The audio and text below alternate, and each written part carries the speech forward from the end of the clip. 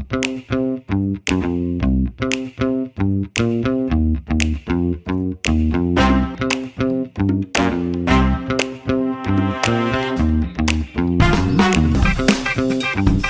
Thaís, é o seguinte, eu fiz, cursei administração, gestão pública, mas eu também fiz PNL, né, programação neurolinguística, hipnose, coach eu fiz quando nem existia a formação aqui no Brasil ainda, né, o pessoal ainda falava coach, mas era muito nos Estados Unidos, na Europa, só que hoje já o coach já mudou o formato, né, tá Nossa, então você fez muito lá atrás. prostituído, muito, muito lá atrás. E então eu comecei, né, a ter esse gosto pela área do desenvolvimento humano, motivacional. Eu comecei a ter a minha missão de vida, na verdade, é ajudar as pessoas, a instigar as pessoas a realmente acreditarem em si, a terem o desejo de mudar a vida e buscar, né, os sonhos, os seus objetivos, a conquistarem o que realmente elas desejam, né, ter uma vida épica, uma vida próspera, abundante e feliz. Eu sei que você veio de uma família muito humilde, né? Veio do interior, mais ou menos. Isso era uma visão que você sempre teve, de crescer, de conquistar? Como que foi um pouquinho, desde lá atrás, da onde você veio, até onde você está aqui hoje? Fala um pouquinho como que foi, que eu sei que você fez o coach bem, como você falou, né? Bem antes de estourar aqui no Brasil, né? Isso. Então, conta um pouquinho para mim, até para as pessoas que também não conhecem muito do seu trabalho, para eles terem uma ideia como que é. Então, eu quando era jovem, né, quando eu era um menino ali, tinha 12 anos, 11 anos, eu convivia com meu pai e meu pai sempre foi empreendedor. Na época, meu pai, ele tinha loja de veículos, ele tinha loja de confecção, só que ele se separou da minha mãe muito cedo, quando eu tinha 8 anos. Então, Sim. eles eram separados, então muitas vezes eu ia ver ele trabalhar e eu comecei a pegar o gosto por essa questão de ser empreendedor e também eu puxei um pouco ele nessa questão de ambição. Agora minha mãe já é cozinheira, minha mãe, toda a família da minha mãe é muito simples, Sim. entende? Então eu comecei a ter aquele desejo de empreender. Então meu primeiro negócio foi, Onde? eu decidi juntar uma graninha e eu fui com a minha tia para o Paraguai. Pro Paraguai. Paraguai. Nossa, que Minha tia, bacana. ela tinha uma sociedade com meu pai em uma loja, eu fui junto com ela e lá eu comprei boné, comprei bola, eu comprei algumas coisinhas e eu trouxe, né, pro Brasil e aí eu fiz essas vendas ali e eu acabei indo mais 2 vezes pro Paraguai. Então ali começou aquele desejo de ser empreendedor. Então eu já tinha um pouco de ambição dentro de Você mim. já tinha um espírito de empreendedorismo, né? Já Exatamente. queria... E aí depois disso eu montei um carrinho de cachorro quente. Nossa, já começou Cara, ali. foi muito massa essa época do carrinho de cachorro quente, porque eu morava em Curitiba, eu treinava na época, né, no Vila Fani Futebol Clube, eu lembro muito Cidade bem. linda, Curitiba. Muito linda, eu adoro Curitiba, tem uma comida lá fantástica, da culinária.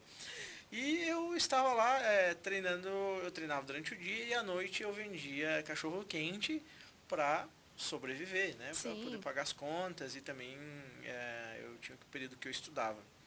E uma coisa muito engraçada que eu lembro desse período, que eu trabalhava numa praça, meu carrinho ficava ali, um bailão, né? O bailão da terceira idade. Mas Terceira idade. isso, só que ia muito jovens lá também, Diferente. sabe? E eu lembro que um dia eu era muito, eu tinha 15, 16 anos ali e eu tava ali, né, colocando ali, fazendo cachorro quente de 3 meninas. E elas eram da mesma idade que a minha. Então já começou por aí que eu fiquei com vergonha, né? Fiquei tudo sem jeito, na verdade. É muito novo, né? Então, acontece. E aí eu lembro que eu preparei uma e preparei da segunda. E quando eu estava preparando da terceira, a primeira falou, nossa, esse cachorro quente não vem com salsicha. Você esqueceu. Eu esqueci Você de colocar. esqueceu o mais importante no cachorro Eu quente. esqueci o mais importante do cachorro quente. E aí, o que eu fiz? Eu não falei nada. Eu terminei o cachorro quente da terceira menina, entreguei e virei o rosto e fiquei quieto com a cabeça baixa, sabe? Morrendo de vergonha. Exatamente. Então, assim, foram momentos muito engraçados, mas muito difíceis também. Sim. Porque eu saía dali, tipo, meia-noite. Eu lembro que eu passava numa rede de mercados, eu fazia a compra da mercadoria que eu ia preparar para o outro dia. Então, desde cedo eu sempre fui muito empreendedor.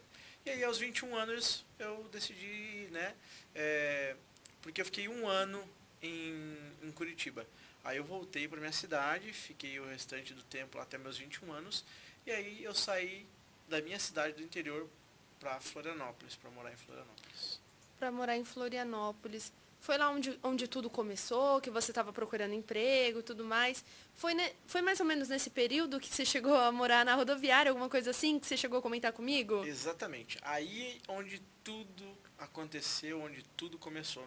Minha carreira, na verdade, profissional, ela começou em Florianópolis. Então, quando eu tinha 21 anos, eu decidi sair de casa, uma cidade de 160 mil habitantes, no interior. Sim, pequena. Para aventurar em Florianópolis. E na minha mente, na minha cabeça, eu achava que eu ia chegar em Florianópolis e ia detonar, eu ia arrasar, né? Pô, vou conseguir tudo que eu almejo e imagino. Sim. Uma capital, cidade grande, muitas oportunidades. E na verdade não foi nada disso que aconteceu. Um banho de água gelada você tomou, hein? Poxa, e bota gelada nisso. Cheguei lá, o único trabalho que eu consegui foi de vender revistas infantis nas escolas. Então eu ganhava em torno de 10 a 15 reais por dia. Na época era muito pouco. Eu lembro que na época uma média de salário era em torno de 500 reais. Só que eu ganhava esses 10 a 15 reais por dia, eu trabalhava como um autônomo. Então eu tinha que pagar minha passagem de ônibus, meu almoço. Então praticamente não sobrava nada. Eu somente sobrevivia. Né? E sobrevivia muito mal na época. E eu lembro que eu passei alguns meses nessa empresa até eu conseguir uma empresa um pouco melhor, que era uma editora, onde eles vendiam assinatura de revistas muito conhecidas aqui no Brasil. E nesse período eu comecei a ganhar 800 reais, que era uma boa grana. Na época era algo bom, né? Era um pouco acima do salário. Na época o salário era em torno de 500, então eu estava ganhando 800, uns 300 reais a mais, estava um pouco acima do salário mínimo. Mínimo, exatamente. Então, estava bacana. E nesse período eu entrei na faculdade de administração, as coisas estavam indo bem, eu comecei a dividir um apartamento com um colega, estava indo tudo tranquilinho, tava redondinho. indo Mas eu, com esse espírito de crescer, de me desenvolver, eu decidi procurar um emprego melhor, né? E nessa de procurar algo melhor, eu encontrei uma empresa de eventos, eles faziam casamento, formatura, eles tinham uma banda própria. E nesse período, o que aconteceu?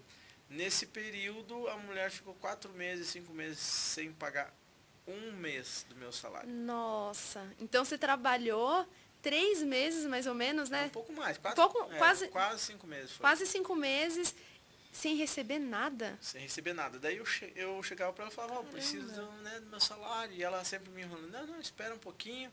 Os clientes aí estão atrasando, então eu tenho outras prioridades. Se tu segurar um pouquinho, eu vou te dar tudo, né, meio que de uma vez, assim. E ela falava, mas pega aí 50, pega 100 aí para tu passar final de semana, e foi me levando dessa forma, né? Porque quando eu fechei com ela me prometeu um salário de R$ 1.500 e carteira assinada, né, CLT, né? A famosa CLT. A famosa CLT. E mais comissão. Só que eu vendia e eu não recebi nem comissão e nem salário em nenhum momento. E chegou um ponto que não dava, o pouco dinheiro que eu tinha economizado da editora que eu trabalhava, onde eu ganhava 800 reais, ele foi acabando e chegou um ponto que eu não tinha dinheiro para pagar aluguel. E aí eu cheguei pro meu colega e falei assim, seguinte, tu consegue segurar um mês? Porque esse mês não vou ter como pagar. Ele falou, cara, sem chance, sem condições alguma, porque eu também não tenho como segurar para você. Se eu segurar, no mês que vem vai nós dois pra rua. Eu falei, não, beleza, posso deixar algumas coisas aqui? Ele falou, não, sossegado. E aí eu tive que tomar uma decisão na minha vida. Ou eu volto para minha casa, né, eu vou deixar tudo que eu trilhei até o momento, ou eu dou sequência. Mas eu vou para onde? E nisso eu morava perto da rodoviária. Eu falei, acho que eu vou ficar na rodoviária ali, passar umas 8, 9, 10 noites na rodoviária, eu arrumo um emprego e volto a compartilhar com meu amigo, eu acho uma outra casa e vida que segue. Só que esses 9, 10 dias se tornaram 3 meses.